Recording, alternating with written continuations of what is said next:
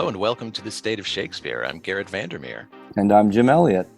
And today we're joined by Chukwudi Iwuji. Hello, Chukwudi. Hi, how are you? Well done on the name, by the way. Pronounced it really. It's even the last name you nailed, so that's good. Yes. Thanks. We're off to a good start. Yeah. Okay. Woof. Well, Chukwudi Iwuji trained at Yale and the University of Milwaukee, Wisconsin, and his very impressive resume of international theater credits includes appearances at the National Theatre in London, the Public Theatre in New York, the Royal Shakespeare Company, the Donmar Warehouse, Theatre for a New Audience, the Old Vic, and the Brooklyn Academy of Music, the Abbey Theatre in Dublin, and the American Players Theatre in Wisconsin, and many, many others. And his television and film credits are too long to list here, but include work on every major network and multiple streaming services.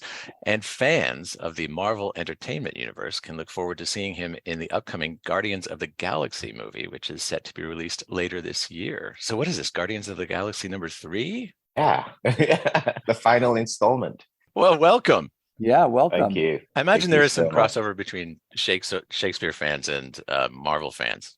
You know, it's very funny because there is something quite Shakespearean about certainly the villains. You know, I play the villain. I mean, there's something about the villains that, funnily enough, there were days on set, there were scenes on set that felt positively Shakespearean, and I'm not just saying that. You know, they often give those characters wonderful exposition to make sound interesting. Right. You know, so and that's what Shakespeare is. Shakespeare is like 70% exposition. You know, and you're sort of trained to like make it sound immediate and interesting and believable, you know? Wow, Yeah, there really is something to that, right? Why are the villains always Shakespearean and the heroes always colloquial? Well, there's like a heightened nature to the villains, you know? That's great. That heightened, you know, ultimately people see entertainment. They don't want to see real life. They just want to believe you, right? There's a big difference between reality and being believable. People want to believe when you're saying certain things that seem fantastical, that you believe it. And as long as you believe it, they'll go on the ride with you. That's why it felt like such a natural fit to play the High Evolutionary, because it's like, while I'm talking about quantum whatever stuff that I didn't even understand, as long as I believed what I was saying. Well, the villain is supposed to be impressive, but not too sympathetic, right? Not too relatable. And I wonder if Shakespearean language creates that kind of a distance in the mind of the audience. I don't, you know, it's so weird. I think it has been perceived to create a distance. People, you know, half the people, I'm sure friends and family, you know, dragged screaming and whatever to Shakespeare often, aren't they? Or at least even those eager to go of their own volition, go with a slight bit of trepidation. You know, am I going to get it? Am I going to be able to last the 3 hours and all that? For me, my relationship to Shakespeare has always been that it's very inclusive, that it really brings you in. I think he is able to write things in a way that we all wish we could express. And because each generation goes further and further away from being able to be expressive with words. Everything about progress is about using less words, hashtags. You know, sometimes I read text from people and half of it is like initials of things. I don't understand what the hell is that supposed to mean. That when you have someone who can explain to you exactly what it feels like fall in love or to lose a loved one, these heightened emotions, and explain it with an image in a way that you go, oh yeah, that's it exactly. That's amazing. And I think part of the reason why people find Shakespeare distancing is how it's been taught, how you were introduced to it, you know, the fact that it's made to seem this elitist, you know, heightened language, when actually what he's doing is explaining clearer than anyone else has in literature the most difficult emotions and feelings to put into words. And he does it with his images. Now, it's incumbent on the director and the actor to know exactly what those images are and to love saying them and to live in them, so that, again, if they believe those images and see those images and express them and it makes sense to them, it'll make sense to the 500 or 1,000 or 200 people out in the audience. You know, That's how I feel about it. Well, to stick with this topic of relatability and maybe even accessibility a little bit further, you've worked at a lot of different Shakespeare theater companies under a lot of different directors, and with you know, names as vaunted but diverse as the Royal Shakespeare Company. When you hear that title, it speaks to something, right? As opposed to the public theater. And I wonder if you could comment on You say as opposed to the public theater, you mean the fact that it's these massive English establishments? Is that what Well, you they're mean? both establishments, right? But even embedded in the title of the Royal Mhm. Shakespeare Company, right? The Royal Shakespeare Company. Yeah, It says something. There's something I eponymous think about so. it. In the public theater, it says something else. And do you think that those ideals, which are maybe encapsulated in the titles themselves, are borne out in the production I stage? mean, that's an interesting thing. I've never thought about that, but definitely in Europe and in England, it's dying, of course, because funding is being taken away more and more. There is that idea of subsidized theater, right? Is Mhm. that this idea of theater is an important part of our cultural identity. It's not just a luxury. Shakespeare is an important part of the British identity. He is Britain's greatest export, period. And you get anointed, by the highest office on the land, the theater that produces what is considered worldwide as the greatest Shakespeare productions out. At least the Royal Shakespeare traditionally was known for that. So you were called the Royal because you represented in many ways the best of what is British, the best export. And it wasn't a luxury or pastime. It was part of your life. People went to these plays to hear them. People made it part of their lives to go to these plays. It didn't matter whether you were one of the vendors on the floor hawking your goods as the play went on, or one of the people that could afford the royal box up there. It was part of the culture, and it was part of what you looked forward to, and it was accessible to anyone who wanted it. When you think of the Globe and where Shakespeare came from himself, it didn't come from royalty and stuff. You know what I mean? It's that sort of, over the years, sadly, work like this has become something that has been considered quite elitist because it has been very, shall we say, it hasn't been opened up for everyone in many ways. I know for a fact in 2006, when I was playing Henry VI, people were still asking me, interviews like this, but still, what does it feel like to be playing an English king as a black man? Or they would describe me as one of, a really great black actor. What does that mean? Just call me an actor. Right. It's incredible that in 2006, that question was still being asked, and it's still being asked now. So theater hasn't done itself any favors. Certainly classical theater hasn't done itself any favors over the years of carrying on that tradition where it started, where it was accessible to all. And it was part of what people looked forward to. Shakespeare was the Stephen King or the Spielberg of his time. Common people, look forward to his next play, as did the king. So over the years, it's become quite exclusive, not quite as exclusive as, say, opera. There's been a great movement, certainly since I came out of drama school and stuff, and I noticed it in my casting and accessibility for me into Shakespeare, to recapture that for everyone, including the colors of the people you see on stage, the color of the directors, the color of the people adapting them, the designers and stuff. Theater, funny enough, has been much more, I feel, than film and TV, at the vanguard of actually bringing different cultures and different faces and different colors to the stage. In America, the negative connotations of reverence is that, oh, the Brits do it so well, let's try and do it like them, when actually he belongs to everyone. This weird mid-Atlantic accent that Americans sometimes take on when they do Shakespeare, to sort of go, I'm like, what's going on there? It belongs to you as much as it does to England. And this sense that if you're going to do Shakespeare, okay, you can't do it in the same voice you would use to do Hamlet. I was like, what's that all about? My whole training with Shakespeare has been about, I'll tell you a funny story.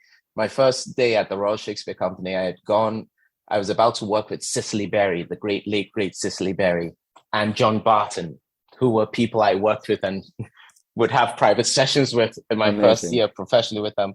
And I walked into the first session with Cicely Berry, and I had, show my age, cassettes of Alex Jennings doing the sonnets. Alex Jennings, that voice is like syrup, and I thought, oh, I'm going to try and sound like Alex Jennings. And Cicely Berry, I said, oh, I've been working on these sonnets by Alex Jennings. And I showed it to Cicely Berry, and she said, oh, interesting. And she flung the tapes across the room and smashed them against the wall and said, never, can I swear on this podcast? Because she swore like a sailor, God rest her soul. She said, never fucking use anyone else's voice but your own. So Chukwudi, listening to you, your passion for this material is very clear. And your relationship with the RSC began in the early 2000s, right? Yeah, 2000, actually 2001, January 2001. Yeah. Wow. And you've appeared in multiple productions over many years with them. And you're looking at your theater resume, it looks like your theater resume is very much grounded in the classics. Is this what you always intended for your theater career? Is this what you set out to do? Is it something that's It began by accident, as most things. I believe I wanted to, somewhere in me, wanted to be an actor. It hadn't codified itself yet, but I was in England doing, I did my A, we have this thing called A levels, you know, and in England, they sort of make you make your decisions very quickly. You know, from 15, 16, you're narrowing down the subjects you're going to do drastically, actually, as you get older. And when you go to university, you go straight to do your major. So you go straight to do law, you go straight to do medicine and so that. And it was very clear to me that although I was on a path to law or international law of some kind, it wasn't necessarily what I wanted to do. And I knew I needed time. So I said to my dad, look, I think I want to go to America because, of course, you have this wonderful thing called your liberal arts education. So you have 2 years where you can do whatever the hell you want while you decide what you want to do. And my dad said, okay, if you're going to go to America, you have to get into an Ivy League. I think he wanted to set me a challenge and whatever. And I said, okay. And I got into Yale, and it was the most expensive bet of his life. And I got into Yale. And while I was at Yale, I finally felt the freedom because I had time. I was doing everything from my first ever psychology class to capoeira to history of African art to all sorts of stuff. I felt for the first time, my first chance that let me just explore a little. So I saw an audition for a play. It was a callback, but then I didn't know the difference between a callback and an audition. And I just turned up at the callback and everyone was like, who the hell is this? But I got the part, so that's what was important. I saw a sign said, an advert saying they were auditioning for Jean-Louise Beckett, with that. And when I had been living in Ethiopia as a kid, I was 10 years old. The television was awful in Ethiopia. So we had this wonderful, amongst the expats, these black market of VHS videotapes of different movies. And one of the movies that arrived on my lap was Beckett, the 1964, 62 movie with Peter O'Toole and Richard Burton. And I was completely obsessed with this film. At 10, for some reason, I just couldn't get over it. I just loved their dynamic. Fast forward literally 10 years, I'm at Yale. And I see this and I go, oh, I'm going to audition for that because I know this. I've seen the movie like 200 times. And I got the part of Beckett. And the head of drama at Yale gave me a scholarship off my performance in that to go to Milwaukee, to the conservatory where he was about to take over. And I didn't find it hard. I found it challenging, but not hard. That's a big difference. The challenge, you sort of keep pushing yourself towards the peak of things. Hard means like you're not getting anywhere. Yeah, I knew I was getting somewhere, but I could never stop. But it's an enormous leap to go from, what was it, Milwaukee, Wisconsin, to the RSC. You have to help us fill in the blanks there. Okay, how did that happen specifically? In my first year or second year there, Lisa Harrow, who is this wonderful classical actress, she was, you would know, she's done so much, but she came to do a workshop at my drama school, and I did a scene from Richard III with Lady Anne, and that was her favorite scene. She'd actually done that scene and done that play with Patrick Stewart. If you watch those old those videos, Playing Shakespeare by John Barton, she's one of that group. That Lisa. I knew I recognized the name. And she took a liking to my work and said, look, if you ever decide to move back to London, I'll let me know. I'd love to help out because I think you've got something. So when I decided to move back to London after drama school, she connected me with her agents there. And the first audition I had when I moved back to London was with the Royal Shakespeare Company a week after I moved back. It was a general audition. We're just seeing people. But luckily for me, when I went in, I was supposed to go in and meet one director, David Attenborough. But David and I spoke for like an hour. And before the end of that meeting, word got around. I ended up meeting the late, great Stephen Pimlott. Then I ended up meeting Edward Hall. And basically, I was in that building for like 3 hours meeting these people. And I got the job. I got the job in the ensemble. I started off as a spear carrier. But being I played the tiny role in Julius Caesar. I played the soothsayer in Julius Caesar, and I played one of the ambassadors in Hamlet, not the one that speaks, the other one. It was like textbook for me because I did that, went away to the National, and I did the Bacchae with Sir Peter Hall. Again, playing one of the Bacchic women, but I was understudying Will Houston, who was playing, God, I always forget that character. One of, the Greek structure, there's always three of them. Pentheus, who was playing Pentheus. And this is no joke, guys. First preview, Will has an accident. And at 4:00 in the afternoon, Peter Hall puts his hand on my shoulder and just went, "You're on." I'd never had a rehearsal yet as the understudy, just a line through. That night at the National, to a packed house, I played Pentheus in a Sir Peter Hall production at the National. And then the next time I went back to the RSC, which was merely months after this, was to play Ophidius in Coriolanus. Because they took a chance on me, say, okay, audition for Ophidius, see if you're any good in Fenton. I got that. And that was a hit show. So the RSC got back. So when they were doing the history cycle with the great Sir Michael Boyd, and he gave me Henry VI. And that was what broke, because it was such a successful season. It was a new generation of actors coming through. Jonathan Slinger, Jeff Stretfield, he played Henry V, he played Richard III. The history that we called, it was the history cycle. We did all 8 plays, the same company. And it was a huge success. And that really launched everything in a big way. Wow. So yeah, there are few gaps to fill in, but a lot of it is, it's luck. It's are you in the right place at the right time? I think on a number of occasions you've talked about your drive. I absolutely luck, but for sure there's got to be something else beyond luck that keeps you moving forward. Speaking of that, you came to us. We noticed that you had taught a workshop at the Red Bull Theater. Yeah, that's how we clocked you, and we were like, oh, we got to get this guy. And so let's shift gears for a hot second and talk about when you're teaching Shakespeare. Where do you start? What do you do when you teach? My whole thing comes back to how we started this conversation of demystifying the whole thing. Again, it goes back to how it's taught, how you're introduced to it. But there is this complete abject terror of Shakespeare. And there is this distrust that it's real. And there is this effort to flower it up. And suddenly there are danger words like that I believe exist in Shakespeare, but I'm wary of using them because in the wrong hands, they're dangerous, like poetry, lyricism, rhythm, all things that are in there. You have to be careful using them. They can be easily misinterpreted. They're not rules, but they're all these tips, shall we say. When you see a monosyllabic line, try doing that line slowly, just really slowly. To be, not to be. That is then it's studying syllabic. It is the cause. It is the cause. My soul, let me not name it to you. You chase stars. It is the cause. I believe probably the longest monosyllabic sequence of lines. I mean, you have to slow down. That's one of the tips that John Barton and whatever. Why do you do it? Because technically, monosyllabic lines, if you speak them too quickly, they get jumbled. But usually when Shakespeare gives you a monosyllabic line, he's telling you something is happening to you that you're not using the words to explain, right? So you need that time. Tips like that. Then I talk about line endings. Just try it for me. Just leave a little moment between each line.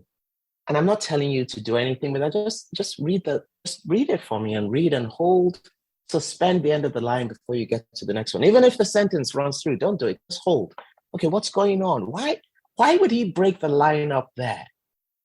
You take Hermione's speech after being in prison, and she comes to, she's just given birth in prison and she's accused of being unfaithful. And she has this amazing speech to her husband who's accusing her. And the line endings are in such awkward places that it keeps breaking up sentences. And if you take those line endings and actually take a little breath, a little moment before, you realize, oh my God, is this woman okay? Is she thinking straight? And suddenly oh, of course, she's just given birth in jail. She doesn't understand what's going on. It takes a while. Then suddenly, by the end of the speech, when she's found her voice and her anger and the fact that she's the daughter of a king, the line endings are now forming full thoughts. Those are just 3 examples of the sort of tips you can throw at people and let them discover what it means to them. And then I always come back to the imagery. One of the students brought a speech in from, yes, Comedy of Errors, Adriana, and she's trying to describe what her love means. And I don't know the play that well, so this just blew my head. The image of it blew my head. For know, my love, as easy mayest thou fall, a drop of water in the breaking gulf, and take unmingled that same drop again, without addition or diminishing, as take from me thyself, and not me too. What an image. Mm-hmm. And she was just saying, you know, she was running the line through to make sense as you would speak. But I said, take a moment. You can take a drop, drop it into an ocean and pick up. It'd be easier for you to pick up that exact drop you've dropped in the ocean without any addition, no more, no less. It'd be easier to do this than to bring the love I have from you. I mean, that specificity cannot, you know, so live in the image. And yeah, it is amazing. Yeah. And that's what Shakespeare constantly does. He says human interaction can be really amazing if you just listen. That feels like such a nice segue to the piece that you're chosen to share with us today. this obscure few lines from the canon. Little known piece of, yeah. You know, we were always advised in school, never go to an audition and do Hamlet. Just don't do it because you'll always fall flat. Right? For years, we were told, run away from Hamlet, don't do it. And then, unfortunately for me, I finally got to play him here at the public. And, you know, we toured it around prisons and community center, people who wouldn't normally see. And it's the reaction. There was one night I was doing it in the women's shelter. And I started To Be or Not to Be. And a homeless woman at the back finished the line for me in perfect iambic pentameter. And there was another night here in Harlem at the community center. I started doing it, and there was a woman in the front row. She was just staring at the floor, shaking her head, just staring at the floor, leant forward.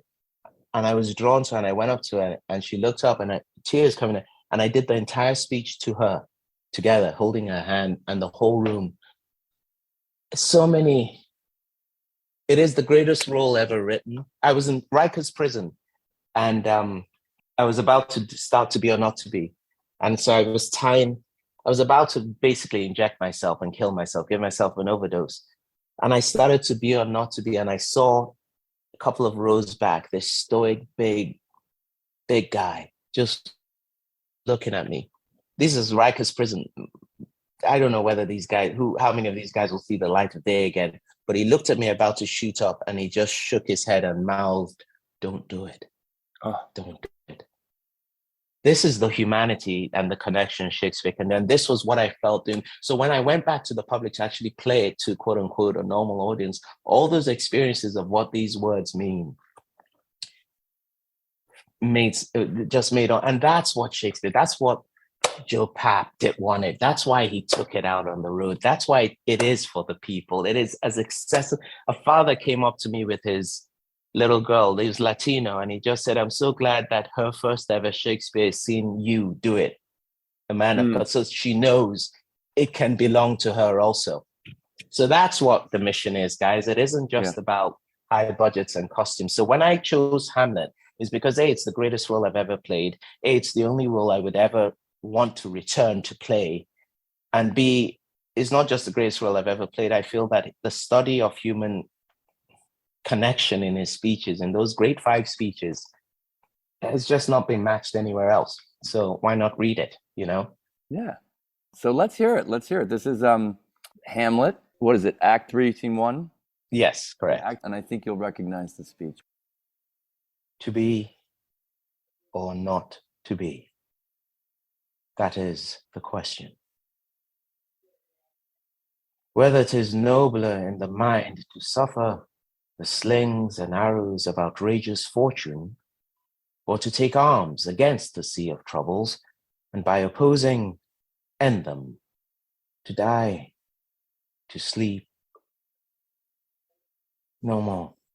and by asleep to say we end the heartache and the 1,000 natural shocks that flesh is heir to. 'Tis a consummation devoutly to be wished, to die, to sleep, perchance, to dream. Aye, there's the rub. For in that sleep of death, what dreams may come when we have shuffled off this mortal coil must give us pause. There's the respect that makes calamity of so long life. For who would bear the whips and scorns of time, the oppressor's wrong, the proud man's contumely, the pangs of despised love, the law's delay, the insolence of office and the spurns that patient merit of the unworthy takes, when he himself might his quietus make with a bare budkin? Who would fardels bear to grunt and sweat under a weary life, but that the dread of something after death? That undiscovered country from whose bourne no traveler returns puzzles the will and makes us rather bear those ills we have than fly to others that we know not of. Thus, conscience does make cowards of us all. And thus the native hue of resolution is sicklied o'er with the pale cast of thought, and enterprises of great pitch and moment, with this regard, their currents turn awry and lose the name of action. Thank you. Beautiful, beautiful. In terms of, some of the things that you were talking about when teaching acting and some of the things you were talking about before that were definitely evident. Slowing down on the monosyllables, taking those little hitches at the end of the line.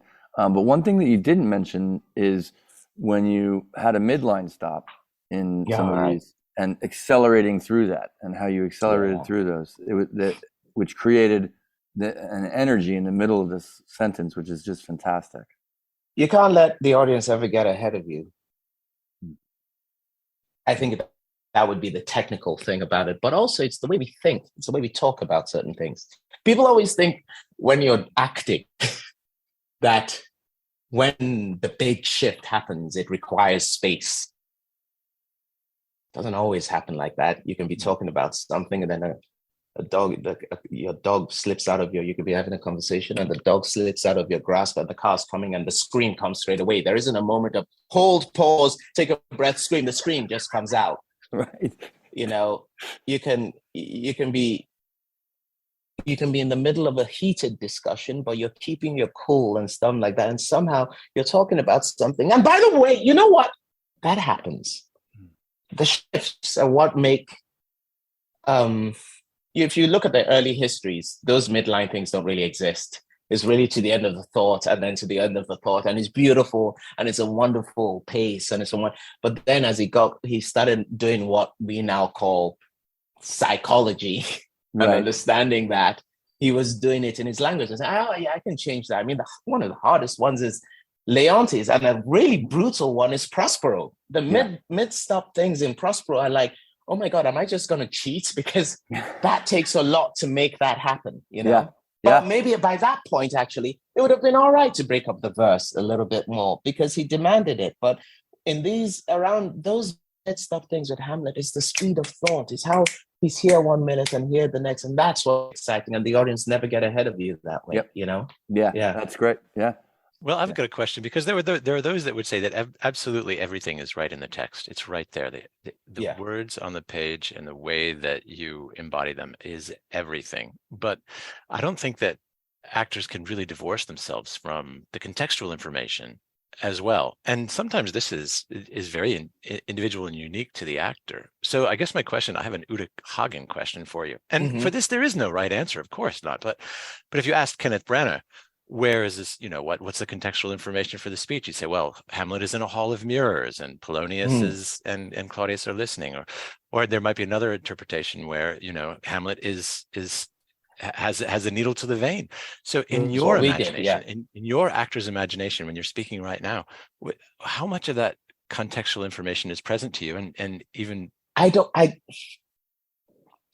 the risk of annoying some of your listeners, it really is more straightforward for me, in the sense that I can sit here and drop into the language of the speech, because that's all we have. I'm sat in front of a camera to you guys, and you've asked me to, I can drop into the language, and the words can resonate with their meaning to me, and their sounds to me, and the meanings to me, and the rhythm it does to me. And that's all I need to have delivered that to you. Does that make sense? And I can admit that. I'm happy to admit that it didn't go beyond that. People often ask me, what's your process before I go? I drill the lines hundreds of times. As soon as I get to rehearsal on day one, the last thing I'm thinking about is the line. And all I'm thinking about is affecting you, because that's why we're doing this and not reading it and stuff. Is people seeing how I'm affecting you, how you're affecting me, how that conflicts, and that's conflict, and that's drama. And that's why it's lifted from the page onto the stage. So my favorite part of doing any play is rehearsal. My favorite period of doing any play is previews, because you try it, and there's this extra energy that's the audience. And I don't care what the setting is. There is that other X factor, which is the audience, that they then lift you in a certain way and affect whatever it is you've been doing in that rehearsal room gets affected with that audience. If not, why open the door to them in the first place? But really, I really just drill the lines, and then I step into that room and I'm in the room. And then the director can tell me something that contextualizes it more than what I'm seeing in the room. And then I'll use that. Even Van Hove, when I did Hedda Gabler, I played Lovborg. And there's that wonderful scene where he says he's killed the child. He's destroyed the manuscript. He lost the manuscript. And I remember Ivo telling me, when you start this speech, fall on your knees, do it out to the audience, and just do it out to the audience. I was like, oh, that sounds a bit dramatic. Fall on my knees and just do it. But I just did it. And then I started speaking the words, which evoked losing the most precious thing I've ever done to that audience. And suddenly the context, which people would say would be, he's on the road to suicide, right? That's the context of Lovborg in that point. I didn't think of it that way. I got on my knees and I said it out, and I demanded, by doing it that way, that the audience listen to me. And I went through the journey of saying it out there, not thinking about, oh, how do I play this like I'm going to suicide or not. That's the story they will see. They will see that. They will assume that. Yes, my job is to be there, to be the image of what they're seeing. That's in the language, and that's in the words. And that's humbling yourself to the language and to the words and leaving all that other shit alone. Right. So would it be fair to distill this philosophy as something like, your job, as you see it, is to speak the words and trust the audience to fill in the rest? As long as by speak, we understand speaking the words isn't simply a motor or intellectual exercise. As long as we understand that speak the words includes, what are the words doing to you? How are they resonating to you? What images are they triggering for you in that moment in front of that person? How are you using the words to affect the other person, which is the biggest part? That's 70, 80% of it, is to affect whoever, whether the other person is the audience, an imaginary person, or someone on the stage with you. Yes, that is, we can distill it to that, as long as speech encompasses all of those qualities, because that's all you have. That's all you need, for me. And then you surprise yourself, you go, God, whew, voice is shaking now. It's surprising. It comes out of nowhere, not the emotional exercise of trying to get there before you walk on the stage. That's cheating to me. If you're supposed to come onto this stage happy, but by the end of the scene be destroyed, then do that. Don't prep the destroy part because that's what you want to show. Don't prep. That's cheating. That's bullshit. Right. I remember for hours doing Henry VI, being tortured about, will I cry? Will I cry in the molehill speech? Will I get there torturing myself? And then I remember one night, I went out there, same thing, and just about to start doing it, there was a front of house lady who had seen the show probably 20 times. And just as about to do it, she did this gulp of emotion. And I heard it in that silent house. And I just lost it, started crying. And I went, it's not about me. It's not about focusing on me. Right. Be open to what could happen. I was affecting her and I wasn't crying. And I affected her. And then by knowing I affected her, I started to cry. All these surprises can happen if you just leave yourself alone and focus on affecting the other person, which is what we do in life. Whether we're asking for a seat in the subway, or whether we're asking the tax man to give you an extra couple of weeks to pay the bills, or whether we're asking someone out to go out with you or to dinner, you're affecting them. You're asking for something. That's the majority of interaction in life. So why do we, when we get on stage, start focusing so much on ourselves instead, as opposed to doing what actually happens in life, which is affect others? That feels to me like such a beautiful place to leave it. But I could continue talking forever. I feel like we absolutely could. I had such a great time. Thank you for the great questions and inviting me on. It was a real joy. And also, I'm going to take some of those thoughts away and go, yeah, because I'm figuring it out as we go along. That's going to be the whole journey, right? You know? Yeah. Yeah. Well, yeah. And also, I have to say, it's unfair. Our listeners can't see you on video, but looking at you on video, you've already had, 20 years and more of success at playing leading men. And to look at you, it looks like you're going to have another 25, 30 years playing leading men ahead of you. Bless you. Thank you so much. That makes a lot, especially from two strapping young men like yourselves. That's very kind. Chukwudi, it's been delightful talking to you. I hope our paths cross in person at some point. Me too. Take care of yourselves. Bye-bye. Everybody. I'm Garrett Vandermeer. And I'm Jim Elliott. And thank you for listening to The State of Shakespeare. Thanks for joining us for the State of Shakespeare podcast. We invite you to visit stateofshakespeare.com for more episodes, information about each of our guests, and the Shakespeare text you heard on the program, and much more. And we welcome you to join the discussion by liking us on Facebook. That's www.stateofshakespeare.com. Thanks for listening.